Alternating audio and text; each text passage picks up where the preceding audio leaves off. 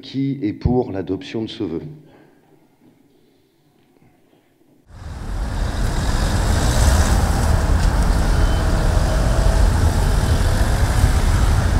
Nous avons deux vœux qui ont été inscrits à notre ordre du jour.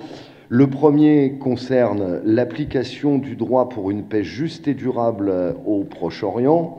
Le vœu est présenté et proposé par le groupe Convergence citoyenne ivrienne au nom de la majorité municipale. Les discriminations institutionnelles de l'État d'Israël, y compris envers ses propres citoyens arabes palestiniens, et le développement d'un système de ségrégation raciale, qui s'apparente de plus en plus à celui de l'apartheid sud-africain. Sans oublier l'interdiction faite aux réfugiés palestiniens de rejoindre leur terre natale. La communauté internationale semble se contenter avant tout d'émettre des condamnations verbales sans être à même de faire respecter ses propres résolutions, sans appliquer des sanctions politiques, diplomatiques, économiques qui permettent de contraindre Israël à se conformer au droit et de mettre fin à son oppression du peuple palestinien. C'est dans ce contexte que 170 organisations de la société civile palestinienne ont lancé en 2005 un appel aux citoyens du monde afin qu'ils se mobilisent. L'amalgame assimilant toute critique de la politique d'Israël à de l'antisémitisme est inacceptable. Nous la refusons catégoriquement. Le boycott ne vise en aucun cas la population juive et ou les individus qui composent la société israélienne en tant que telle, mais bien un système discriminatoire, colonial et la politique d'un gouvernement qui viole quotidiennement le droit international. En aucun cas, ceux qui appellent au boycott dans le cadre de cette campagne BDS ne peuvent être accusés et jugés pour provocation publique à la discrimination, alors qu'ils combattent au contraire contre toute forme de discrimination, pour le droit des peuples à l'autodétermination, pour l'application à tous du droit international. Par ce vœu, nous exprimons notre volonté d'examiner toutes les possibilités qui nous sont offertes pour répondre à ces exigences éthiques, et en particulier afin que ne soient pas acquis et distribués par les services de la ville des produits issus des colonies, produits reconnus comme illégaux par le droit international, et dont nous demandons d'ailleurs à la France de faire stopper les importations. Les marchandises produites dans les colonies israéliennes en Palestine sont proposées sur le marché français comme provenant d'Israël, alors que ce n'est pas le cas. Ceci constitue une tromperie manifeste, induisant les consommateurs et les municipalités en erreur et portant atteinte à leur liberté de choix. De nombreuses entreprises sont implantées dans ces colonies ou ont des activités en lien avec elles. Nous ne pouvons les soutenir.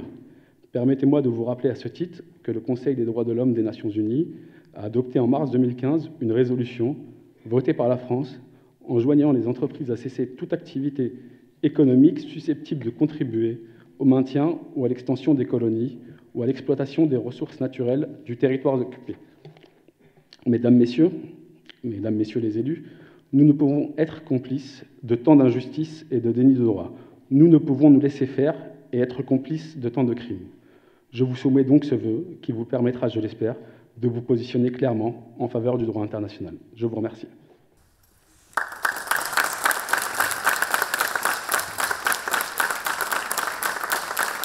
Naftali Bennett, chef du parti fasciste Foyer Juif, a été nommé ministre de l'Éducation et de la Diaspora, celui-là même qui déclarait il y a peu, je cite, « J'ai tué beaucoup d'Arabes dans ma vie et il n'y a aucun problème avec ça ». Cette situation ne peut plus durer. Le peuple palestinien est un peuple martyr qui a besoin d'actes de solidarité forts et déterminés à travers le monde. Notons que la Suède, les Pays-Bas et l'Islande se sont prononcés pour le droit au boycott. Que fait la France ? La campagne BDS, boycott des investissements sanctions, semble constituer un recours légitime pour soutenir le processus de paix que nous appelons toutes et tous de nos vœux.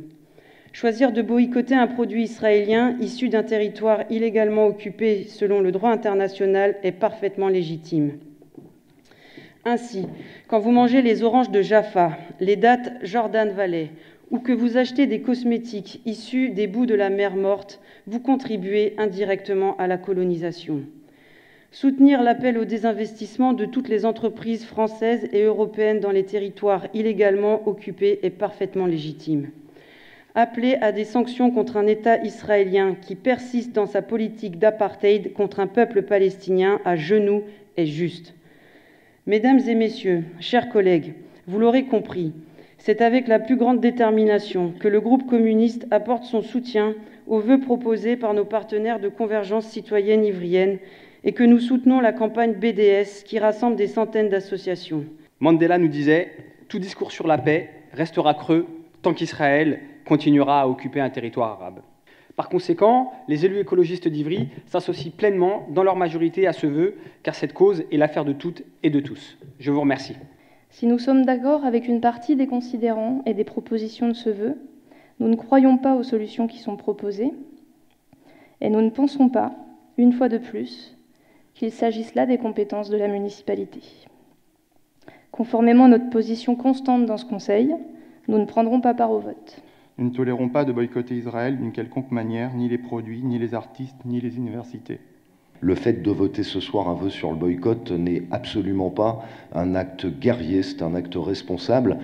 Et d'ailleurs, je rappelle que ces problèmes de légalité, nous y avons été confrontés dans cette même assemblée communale plusieurs fois. Je pense notamment à toutes les mesures qu'on a prises à l'époque de l'apartheid, des vœux sur le boycott des produits venant d'Afrique du Sud. Au moment où on l'a pris, où Mandela était un prisonnier politique en Afrique du Sud, cette décision avait été déférée par le préfet du Val-de-Marne à l'époque parce que Mandela était considéré comme un terroriste. Je note qu'on est passé dans un trou de l'attention du préfet quand on a fait Marwan Barghouti citoyen d'honneur, parce que contrairement à ce qui s'est passé à Stein, notre délibération n'a jamais été déférée, elle a été validée. Je pense que le contrôle de légalité n'a pas dû la voir passer, ils étaient débordés ce jour-là. Donc, qui est pour l'adoption de ce vœu? Merci. Qui est contre? Merci. Qui s'abstient? Ne prend pas part au vote. Merci. Bien, donc le vœu est adopté. Je vous remercie.